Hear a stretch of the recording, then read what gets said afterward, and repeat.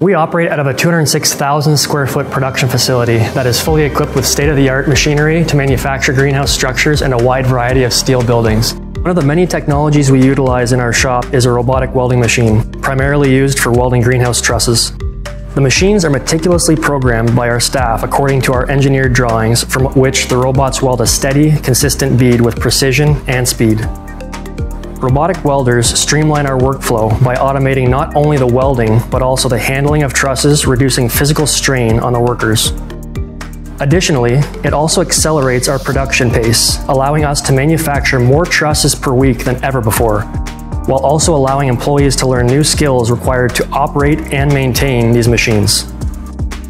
With this advanced technology at our disposal, we're able to consistently deliver greenhouse structures efficiently and effectively to meet the demands of our clients.